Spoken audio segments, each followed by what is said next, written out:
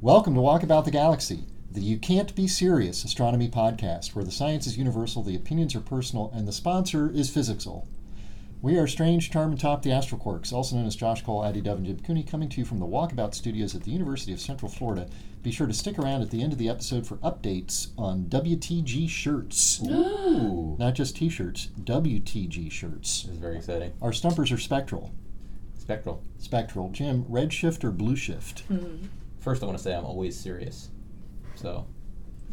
Oh, you can't be serious. I'm serious. I'm deadly serious. What was the question again? Totally serial right now, guys. You can't be serious. I am deadly serious. I forgot the question. Red or blue shift? Oh, yeah, Redshift, of course. Oh, really? Yeah. Because Of course no there's danger of a Redshift. collision?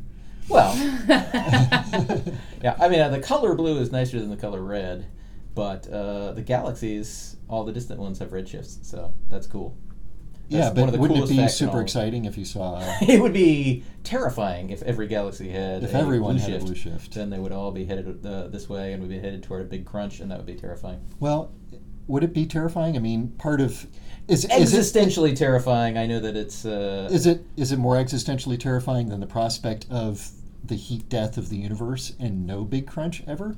Like if everything was blue shifted and the implication was that there would be a big crunch in like a trillion years, Yeah. would you find that more existentially terrifying than knowing that it's just expanding forever and everything will eventually just be evaporating protons? Yeah. I don't know. I mean, I guess it depends on your perspective. I'm I asking guess, for your perspective. I guess if you were an organism that never died, what's that called? Immortal? Immortal, Oh. yeah. I don't know why I couldn't think of that word. But if you were an immortal, You like a can't be vampire, serious. I'm deadly serious. If I were a vampire and That I would be couldn't awesome. die, then I guess it would be, if you thought about it too much, be more terrifying to be headed toward the heat death of the yeah, universe. because you're alive and like everything else is just gone and nothing, and just sitting there for eternity like, is bring the crunch. is horrifying. Yeah, bring the crunch, Bring and you the want to die crunch. eventually. I But. feel like these are all Taco Bell slogans or something. Bring Big the crunch. crunch. Bring the crunch. Addie, infrared or ultraviolet? UV. Oh, why? Because I've studied it some, so Okay. I've studied UV effects some, and Oh, yeah. I don't like being warm. You don't like being warm, and Yeah. you associate the infrared with more With like just warm. being high temperatures. Yeah. And you did. Even though UV is the one that gives you the This sunburns. gives you sunburns. Yeah, That's true. yeah. And I don't have a good history with that. So. No. But the UV is what charges up stuff on the moon. Yeah, you can get UV photo emission on the lunar surface that charges dust particles differently than the like natural solar wind. Right. So, yeah, which infrared can't do because those photons are They're weak sauce. Yeah. Weak sauce. Get out of here with your weak ass You're just infrared like, oh, photons. I'm a warm little photon. Oh, ooh, look at you. Ouch. 3 microns. Realize those UV shade photons are like, being thrown at bam! infrared photons. Yeah. Yeah. Get your, infrared like, photons. 3 micron photons out of here and go home. Oh my gosh. Yeah. Today, Bottom cork is going to be very I was gonna upset say, by don't this. let any asteroid or like water Yeah. folks let you yeah. hear us say that. Well, yeah, and when we're studying spectra of things like ultraviolet, you have these cool, like, really precise lines that are caused by really precise transitions. And in infrared, it's like, it sort of goes up and down over here with a little wavy thing, and here's Yeah. the list of 97 things that can make it do something that looks kind of like that. I'm being mean. You're not going to be allowed to use the James Webb Space Telescope, by the way. I'm I'm not be- going to 'Cause try. You're not going to try? You don't want to? We're throwing shade on JWSTs.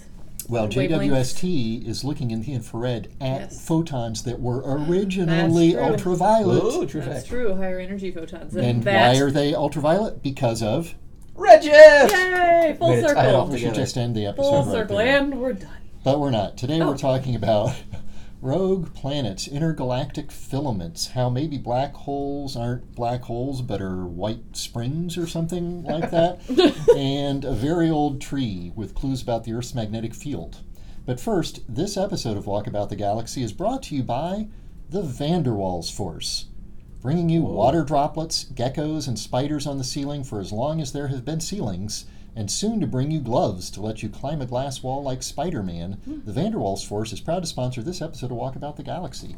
Made famous by Johannes Diederik van der Waals, this force can pull things together or push them apart, and is really a family of electrostatic forces, including the London Dispersion Force, the Debye force and the Kessel force, and given their microscopic size, it's fair to guess that van der Waals is important to the midichlorians. So if you want to be a Jedi, may the van der Waals force be with you. What? Van der Waals force. It's the real thing. Wow. Come on. Midichlorians? Midichlorians. You know what midichlorians are, I do. right? They're the microscopic something or others that George Lucas inflicted upon us in episode 1 of Star Wars. Why were they tossed in with our real forces, though? The midichlorians are tiny, and the van der Waals force is important for tiny things. I see. So I'm thinking that probably the actual force is the van der Waals force. I mean, it does explain almost everything. Everything. So There you go. That's what I'm saying. it would make sense. That's what I'm saying. It's the real thing. Fair enough. It's the real thing. Come on, it's an easy one. Correct. Oh, nice. Yes. Can you guess a year for that slogan's introduction? 1983. Correct century. Not too bad. That's exactly the year I was going to say. 1970. Oh, I thought it might be a little late. Yeah. 1970. Yeah. Was that when they were using real cocaine still? No. Oh, okay. That was more Oh, like the good old days. nerd news. So you so have much. seen Ad Astra. I have. I have. I have not. Brad Pitt stars in this as an astronaut, and then there's another movie out this fall called Lucy in the Sky, Yes, right? it's coming out with soon. Natalie Portman With Natalie as Portman. an astronaut. And I was sort of wondering, like, the sci-fi movies with sort of big name movie stars in them aren't really, like, I sort of They're have all it- very artsy. They tend to be very arts. Well, the new ones. So like Yeah. Ad Astra and the Lucy in the Sky looks like it'll be pretty artsy. Yeah. Ad Astra's pretty artsy. Yeah, Ad Astra is more like a character study than a proper sci-fi more of a movie. psychological Uh-huh. thing. Yeah. I just sort of, like, when I was sort of thinking It about is it, it's not a like, proper sci-fi movie. your good sci-fi movies, like, they don't cast big name people. A lot Usually, of yeah. times, yeah. I mean, and think of Star Wars originally. Those people Who were were those not jokers? well known, right? So Yeah. Harrison Ford had like abandoned acting and gone back to like making cabinets. He was a carpenter. Really? When George Lucas, was like, hey, I got another movie, because he had been in American Graffiti that George Lucas wrote and directed. But then he was like, bad he this didn't- acting thing Yeah. isn't working out. Oh, man. And so George Lucas shows up and he's like making kitchen cabinets. He's like, how about doing this one? It's always good to have a fallback plan. Right. Yeah. Yeah. Yeah. So there's those two today. Did you know what today is? We're recording National this on Taco Day. Is it? I think so. Oh my gosh. It's Friday, October 4th, which for some reason is being branded, I guess, by the folks at Disney, Triple Force Friday. What does that even mean? Why? I don't know, Does except it have that to they're do with making midichlorians? only tangentially, but Okay. there are three announcements, I guess, or releases today of Tangential things. forces can be pretty important for van der Waals sometimes. Tangential forces so. are also important in all sorts of things in like planetary rings and stuff like that. Nevertheless, Triple Force Friday, Disney owns Star Wars, right? Okay. So their Star Wars 9 is coming out this Okay. Christmas, December. right? That's the final Skywalker. Final for now. Yeah. Then there's this TV show called The Mandalorian. Do you guys know about that? No. I do. The Mandalorian is the first live action Star Wars TV show. They've Yeah. had like animated TV shows. So The Mandalorian is like a Wild West gunslinger in between episodes 6 and 7. So after the first trilogy and before the most recent one. Right. So that time frame.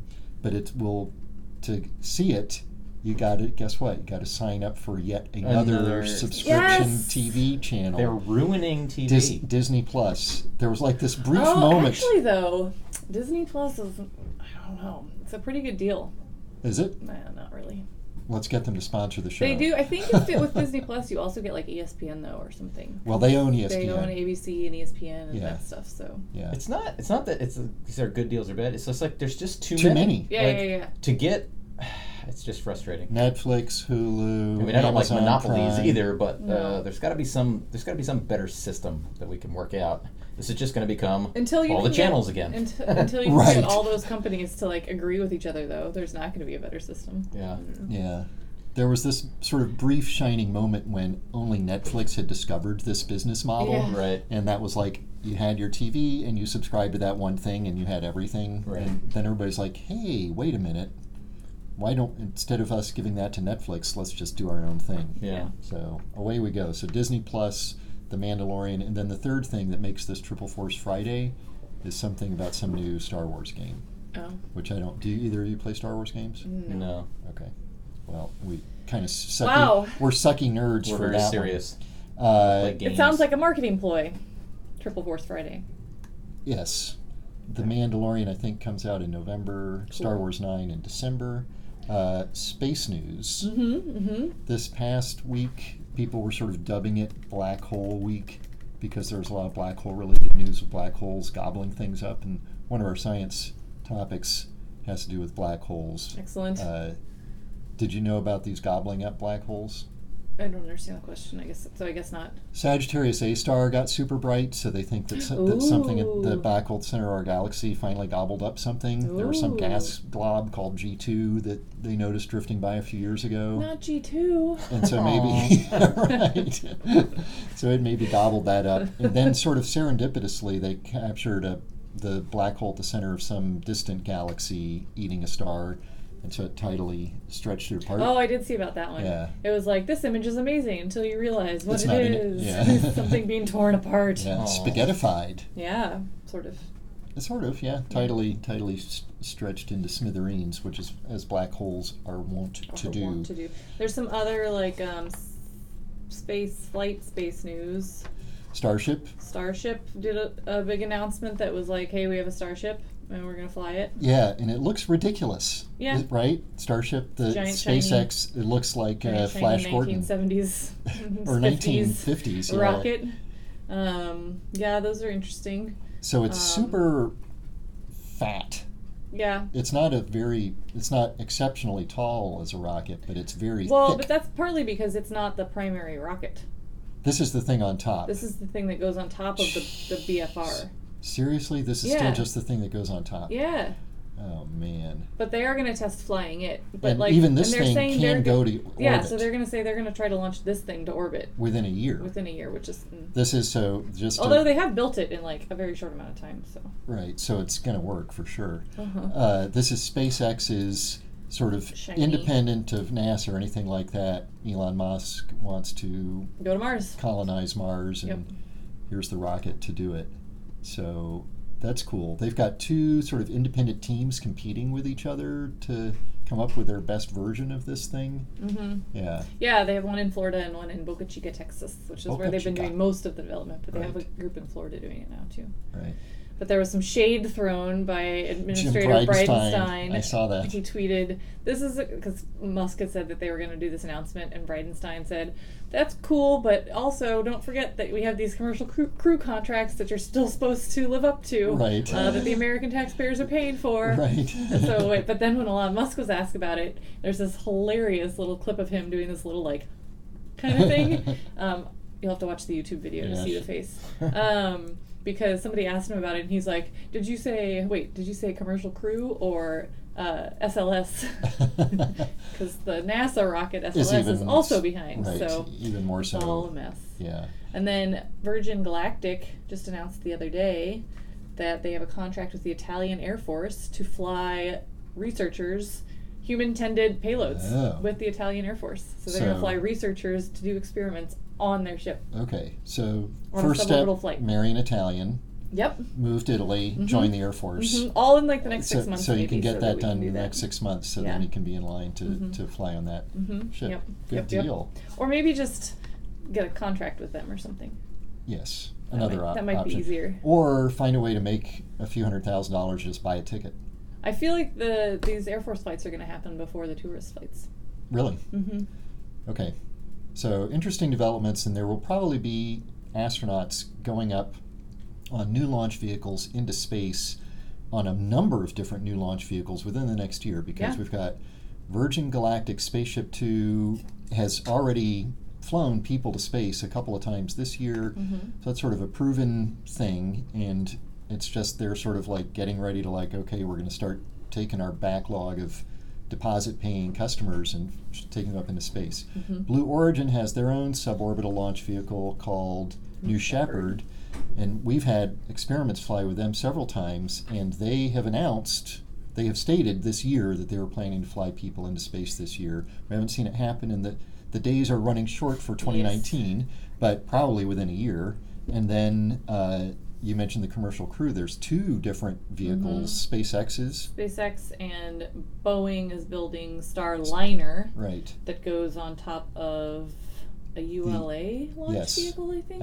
Atlas and Atlas. I don't remember maybe. Which number. So that's like 4 different launch vehicles, U.S.-made launch vehicles that could be carrying people into space and for different purposes, some to the space station, working astronaut type thing, other maybe joyride type stuff. Mm-hmm. So it's an interesting, exciting time. The next 12 months we should see a lot of cool stuff going on that way. Yeah.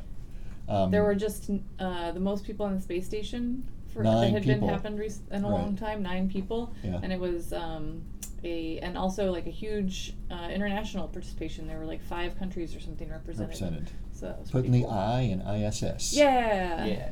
So following on Black Hole Week, there's this interesting news story about what the heck is a black hole, and so there are these supermassive, the standard model of black hole. It's a supermassive thing where the gravity is so strong even light can't get out past some certain distance from it, which we call the event horizon.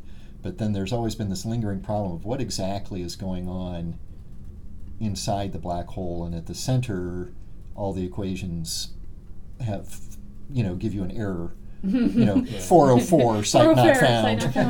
Yeah. I mean, so the equations of general relativity, which talk about black G holes. equals 8 pi RT. Yes. They do freak out at the center of a black hole. That's called the singularity, and in addition to freaking out, the equations freaking out there, we know it's not right because quantum physics demands other things happen at the center there. So anyway, there's... Demands it. Demand it. So demanding. I know, but quantum physics works all the time, so you have to listen to its demands. But general relativity works all the time, you have to listen to its demands as well, and they don't agree. In any event, this is there's just a recent story that was a little bit interesting, because we've always, we say there's these black holes, and we think we know what's going on with them, but in reality there could be just about anything inside of there, and you couldn't tell because the gravity's so strong that it's sucking up all the signals from the black hole. Famously, there's 3 things we can know about a black hole from the outside. Right. So its mass, charge, and how much spin it has. Its angular momentum. But anyway, there's a new group suggesting that perhaps these black holes aren't really the kinds of black holes we think of at all, that these black holes have something to do with dark energy. Which is another thing we know nothing about. We know, I think it's hilarious because it's like, we're not really totally sure what's going on with black holes. It's probably dark energy, which we have no idea what the heck that is. Right. So the story really isn't a black hole story. It's a dark energy story about how, because dark energy is this very mysterious thing, and we propose things like that it's this vacuum energy, the energy of empty space, and that it's everywhere and pervades everywhere, and that's one possible answer to it. These guys are suggesting, no, it's not everywhere, it's in black holes, that this dark energy lives in black holes, and that the effect of having it uniformly spread out or having it in these discrete black holes would be the same on the overall universe. And they figured this out with math. Playing around with the equations that come out of general relativity that describe not black holes, but that describe the universe as a whole. The so-called Freedman Equation is one of our favorite things in cosmology, which describes how the universe evolves with time. Well, I like the description of in the story I read about it. It was like the Freedman Equations are just the sort of simpler versions of the full-up Einstein general relativity equations, because they're just easier. Yeah, except that's not even remotely true. It was not well described. Not a well described. Okay. Because then when I was reading that, I'm like, so why should I believe some strange prediction that comes out of the approximate equations instead of the actual? No, they are. Freedman equations are derived directly from general relativity under a couple of simple assumptions, and they describe the universe on very, very large scales. And anyway, it would work if this dark energy, whatever it is in these. And a kind of a side thing is it would also explain some weird things about black holes. Like, remember when we saw the black holes from the gravitational waves, there are these weirdly sized black holes, right? These black holes that are like 20, 30, 40 times the mass of the sun, which is in that weird slot where that's too big really to be formed from a star, but too small to be a supermassive black hole. So, and when we talk about mergers and stuff, maybe making those, but they're naturally made in this new idea. So, because dark energy black holes, whatever the heck these things are, kind of naturally grow with time as the universe moves on. Yeah. All of the details of this are a little bit fuzzy, and I'm very fuzzy on exactly how these kinds of black holes, in quotation marks, would behave differently than our standard black holes, and how you would tell the difference. That's the key thing. At some point, you'd like to say, okay, what's the test we can do that figures out whether this is correct or not? Right, exactly. So otherwise, it's just math and not science. Right. So we have to, this is math shade. No, I mean, that's the key thing about science, right? A lot of people think of theoretical physics and all this and just think of all the equations.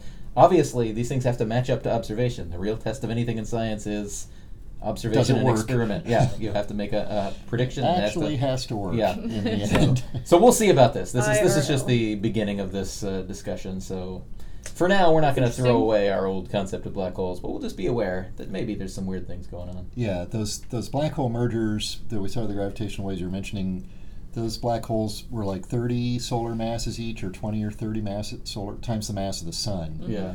And generally, with things like stars and planets, the smaller they are, the more abundant they are. And the smallest black hole is on the order of like 5 times the mass of the sun, that ballpark.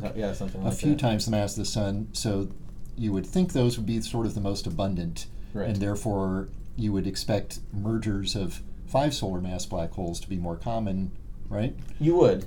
You won't necessarily see those as often in they're our not as detectors because energetic. they're not as energetic. Right. But the fact that there have been as many of these kind of big 20, 30 solar mass black hole things happening as we've seen is a little bit weird. That's our models are struggling to understand why there are so many of those intermediate sized and black they're holes. showing up nicely in the detector. It's not like they're just the smallest you could see. They're that's not true. The smallest you could see. That's true. Yeah.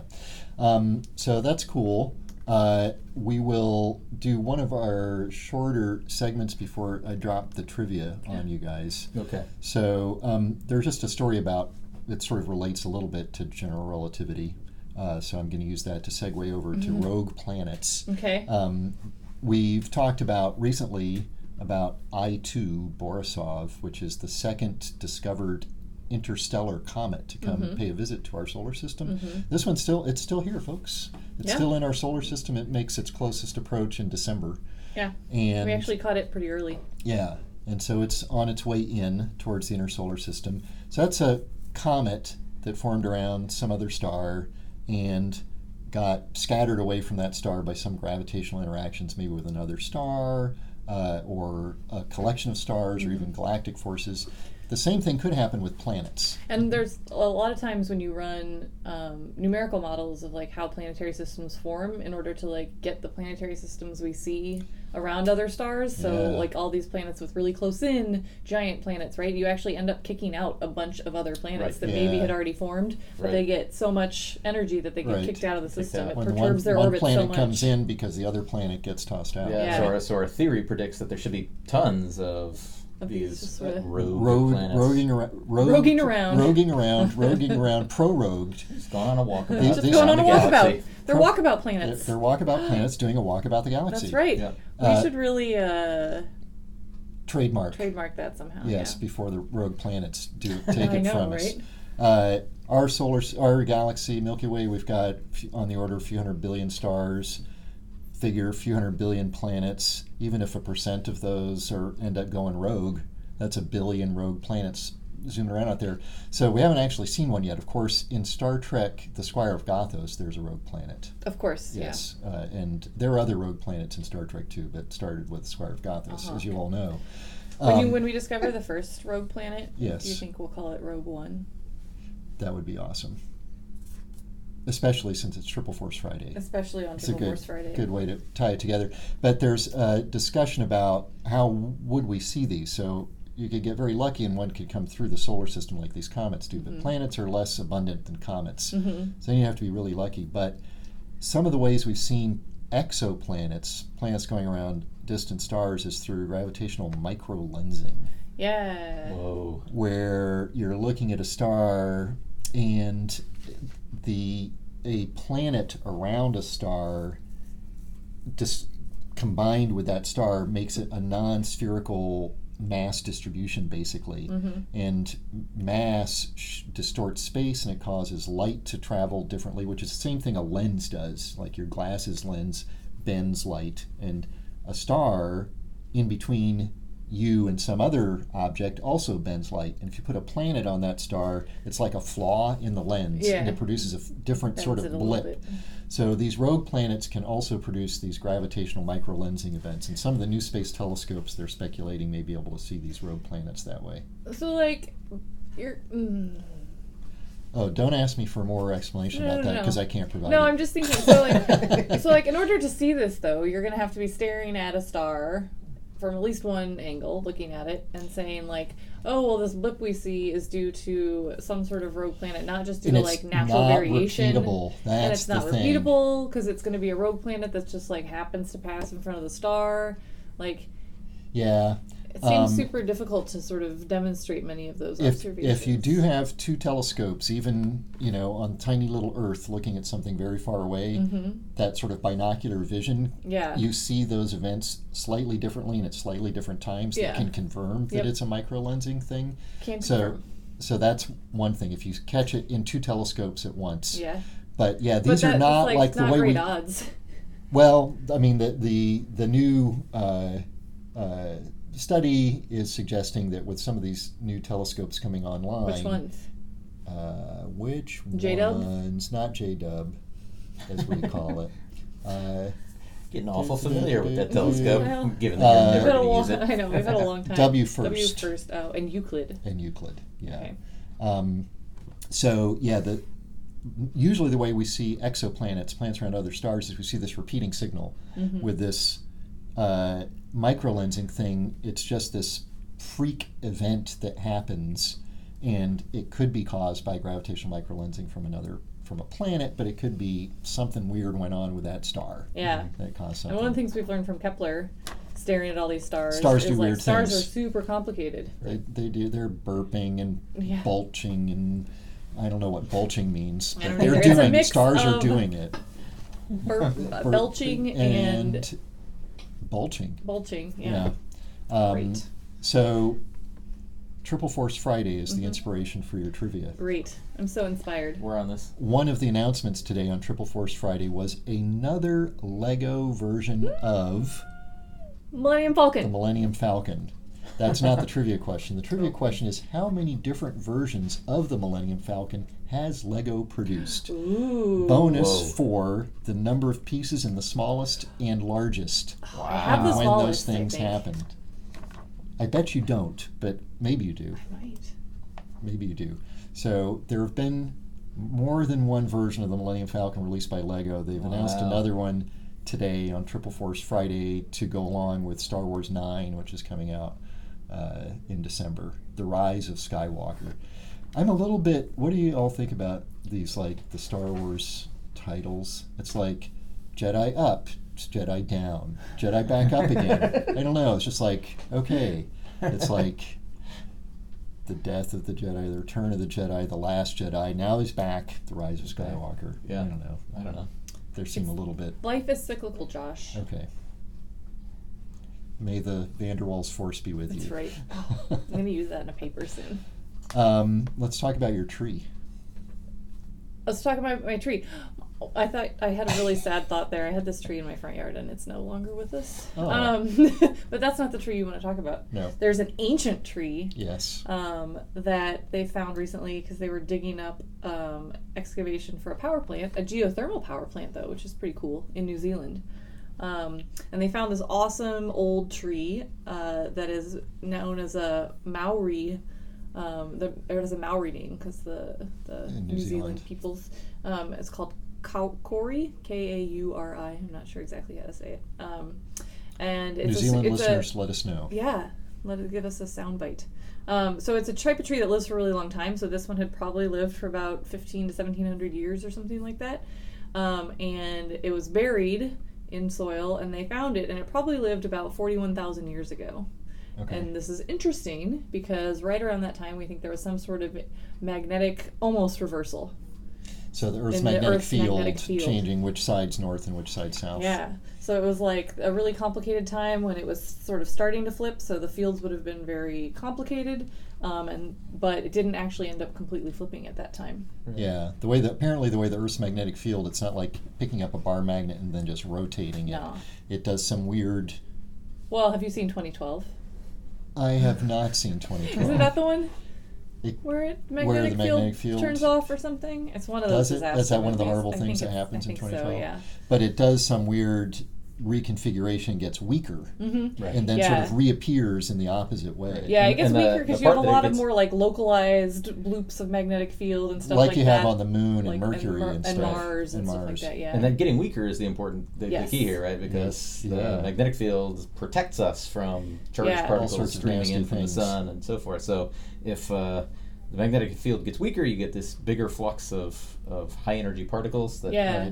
and that gets recorded in the tree rings. Yeah, so they're looking at they're going to look at the tree rings of this tree to try to get a little bit more resolution on maybe what was happening during this time. On a like finer time scale. Yeah, and it's not that the tree has iron filings or something that you can look at. No, the they're not. field. They're looking It's kind that of they're at looking the, at like chemistry and what isotopes there are and how those are these, modified like, by isotopes radiation. of carbon and stuff like that got Incorporated into the tree when it Right, was when it was- growing and living. That's right. Yeah, which is something we do with tree rings anyway, right? Is look at the carbon isotopes and how that grows and changes over time. So Right. like ice cores and tree rings can be used for carbon dating for climate Yeah. changes and stuff like that. So Well, we talked not too long ago about how currently the Earth's magnetic pole is on the move. faster than expected. Like Right. 5-10 times faster than expected, and some speculation that we might be entering an era of a magnetic pole reversal. So, and again, that's not just going to be a reversal; it's probably going to be a weakening and a complexifying of Right. the magnetic field.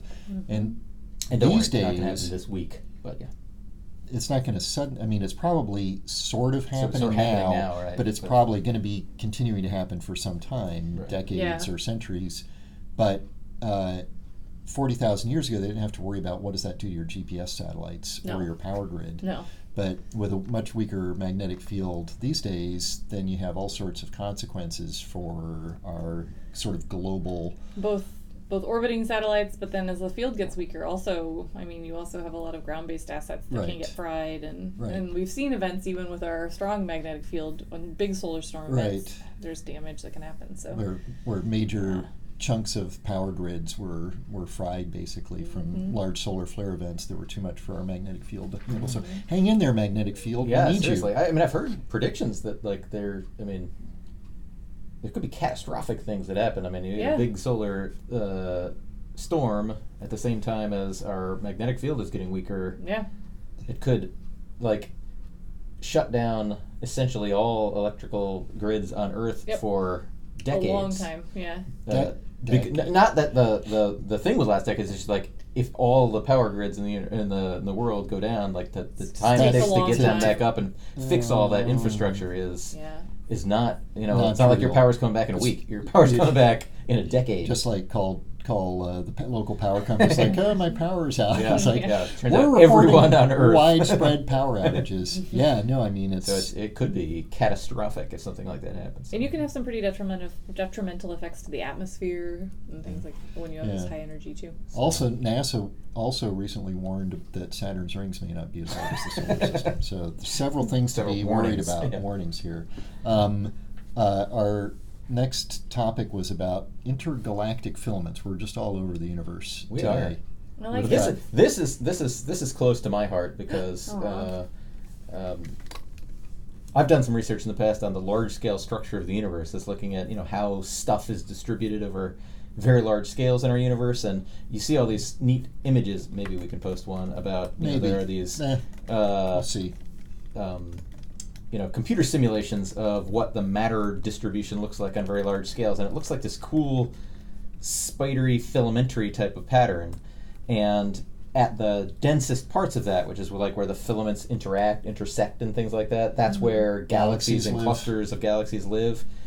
And that's cool because we do see that pattern in the galaxies, but we can't actually see all the filaments because there's not actually galaxies there, but there should be gas and dust there. And seeing that, though, has been a very serious challenge because this is like intergalactic gas and dust, which is very, very thin and very hard to see. Yeah. It's pretty damn near empty. It's damn near empty. It's much less empty than actual empty intergalactic space, but still ridiculously hard to actually see. But we've actually, in recent months here, actually finally seen some signal from some of these by looking at some places where some new galaxies are, or some bright galaxies are kind of clumped together, and very carefully looking and can actually see some of this filamentary stuff. Right, so the filaments are made out of what?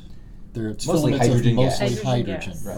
right? And hydrogen, simplest and most abundant atom, and so if in these filaments are sort of connecting galaxies, and if the galaxies are like just turned on and they're super bright, they've got a lot of radiation coming out that can cause that hydrogen gas and those filaments to glow the same way like a neon light glows. There's some gas in a tube, you put some energy into it, the gas glows. Right. So these are sort of like neon light bulbs, but they're hydrogen light bulbs. That's right. But they are super, super faint, and so you need a really big source of energy from some Mongo galaxies to make them shine, right? That's right. But Yeah. we're seeing it. So and that's beautiful because it just, it's another prediction that we made that is being verified, and that's a beautiful thing. And it works. It's a beautiful thing. It's a beautiful These thing. are There's at the Royals baseball announcer often says that exact phrase. it's a beautiful It's thing. a beautiful thing. When This is he season talking it about a wasn't. strikeout or something, or a home Just run, or a any nice play? of those things. Any yeah. of those things, yeah. Yeah, the filamentary structure is one of those things that when you visualize it and you show people, it's always very. Yeah, they're like, wow, that's cool. Yeah, But, but that's it's been not what hypothesized for most of it's just sort of hypothesized, or we have like ancillary data, so it's cool to Right. start being able to actually visualize it. Yep. One question I get frequently from people when we're looking at some of these beautiful space pictures, like so for this week we'll show some simulations of those things as well, but lots of times there are these beautiful pictures from Hubble and eventually from James Webb and things like that of clouds and nebula and things like that in space with all these beautiful colors, and I frequently ask, like, is that what it would look like if I could see it with my eyes? And it's like, even if it's in the right colors, the problem is that they're too faint for us ever to be able to see with our eyes. And what the telescope is doing isn't so much color changing, it's just like adding up over a huge amount of time all of the light and then just showing it to you so much brighter than it really is. Right. And so in Star Trek, there's lots of beautiful nebula in Star Trek, and it probably doesn't look like that. Right. Yeah, it's the same thing even with the Sad. outer planets I and know. I'm things like making that. my sad face. Aww. When things aren't like Star Trek, it makes me sad. Right.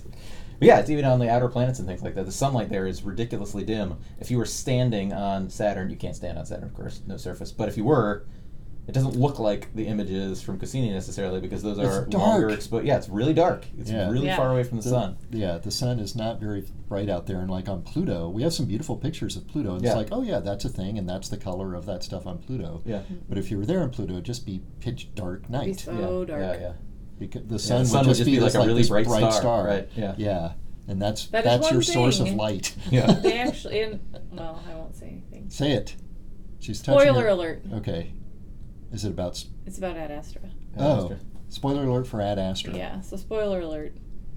We'll wave our hands after the spoiler, so you know when to start listening again. They're out at Neptune, Yeah. and there's this point where he looks back and he sees this like bright light, and you're like, "What is that?" Oh, that's the sun. But it's like pretty. It's a little brighter for most of the scenes than it should be because you have to, right? Yeah. But it's pretty. They do a pretty okay job at that. Yeah, it's some of those things in there. Some I of the don't science think- in I there don't is feel great, too and spoiled. some of it is a little bit crapified. But Yeah, a lot of it is. but Brad Pitt is beautiful. He's So. fine. Yeah. What I'm curious about the crappy science. We can talk about it some other time. Maybe. On the next Okay. episode of Walk About the Galaxy, we'll talk about it a little bit. So go see Ad Astra before the next episode of Walk And, About the and Galaxy. then we'll ruin it for you. And then we'll ruin Yay. it. Yeah. Yeah. All right. What do you think about Legos and Millennium Falcon? I love them. Yeah. Are you gonna buy? Oh. How many do you own? How many Millennium I Falcon? actually Lego sets only do you have own? like 2, and they're both very small. Do you have any? I don't have any of the big giant ones. Do you have any? Lego? No, when I was a kid, I had like the Did you have the toy big one? Millennium Falcon, but never yeah. any Lego versions Right. of it. Okay. I had lots of Legos So and to- lots of Millennium Falcons. just to but warm never- you up for the main question, which is how many Lego Millennium Falcons are there? When do you think the first Lego Millennium Falcon was released? What year? 1981. I'm gonna go with like 93. I was surprised by the answer, 2000. Yeah, I Lego figured it did was not later have the than- license for Star Wars stuff until 1998. Really? They weren't making any Did Legos Star exist Wars. in 1981? Yeah. Oh yeah. Oh, yeah. They I was I was existed. going to say, because I thought I was playing with them at that time. Yeah. Yeah. Okay. I wasn't. I wasn't either because I was already Youngster. too old. No, you're never too I old was to play in with the sweet Legos. spot. Yeah. Josh, you buy Legos now. I You're still not play too with old. Legos. You're never too old. Anyway, so their first Lego Millennium Falcon came out in 2000. They got the Oh, license in wow. 1998. Okay. How many Lego Millennium Falcons has Lego released, counting the one that was announced Released. today, counting the new one that they announced today on Triple Force Friday, October 4th, 2019? 7. And That's the number I was gonna say. Oh, you can still say it. We can be a team. yeah. 7. Okay, it's about 15. Oh, what? I'm not 100% sure based on it because I was going through and I saw some different things. You that should some really know weren't the counting answer to your others. trivia Yeah, questions. geez. 15 plus or minus. 15 2. plus or minus 2. I think I'm pretty good on that. Okay. Well, we're still outside Our of that. answer together is 14. You said so you think you have the perfect. smallest. What is Excuse it? Let's talk into The you, number Abby, of not Jim. Legos? Yeah, the smallest sized smallest number of Millennium pieces. Falcon. 5. 5 pieces? Yeah. Well, that's really small. It's mostly a joke. 50.